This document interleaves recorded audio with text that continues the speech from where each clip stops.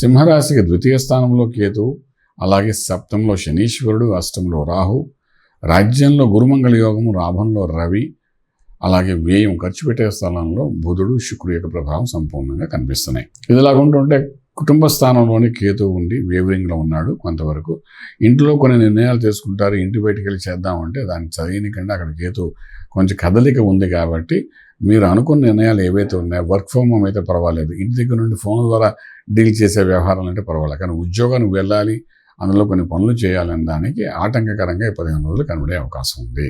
కుటుంబ స్థానంలో ఉన్న కేతు మీ మనసులో ఉన్న ఆలోచన పూర్తిగా మార్చే అవకాశం ఉంది కాబట్టి చాలా జాగ్రత్త పడాలి.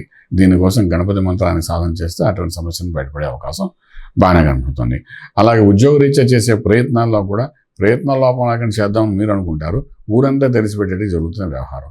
దానివల్ల ఉన్న ఉద్యోగంలో కూడా ఇబ్బంది పడే అవకాశం ఉంది కాబట్టి ఈ 15 రోజులు అటువంటి ప్రయత్నాలు చేయకండి.